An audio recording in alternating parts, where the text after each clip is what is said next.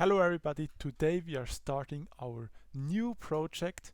We try to make an OpenGL project and we just want to make the project that we can open a window, and that's all. Just that. I'm not far into programming, but I think we can already do that. I try every way possible. I look YouTube videos, I search in the internet how to do it, and at the end we will open this window. And yeah, let's start. But first we have to download the actual OpenGL, and for that I found a very good YouTube video, OpenGL tutorial 0 install. I will post a link in the description that you can follow that too if you want to download OpenGL. And I follow this, and I think we see us when I finally did it. Oof, I'm finally done with setting up everything. It didn't took me 1 hour, no, clearly not. But we have the whole setup now that we are using to make our window to pop open.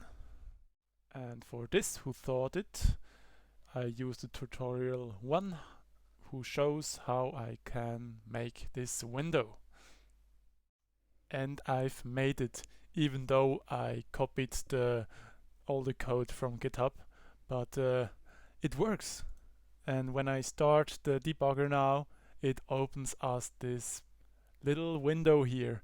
And if you want to do that by yourself, just watch his YouTube channel and he will explain everything and much more from OpenGL.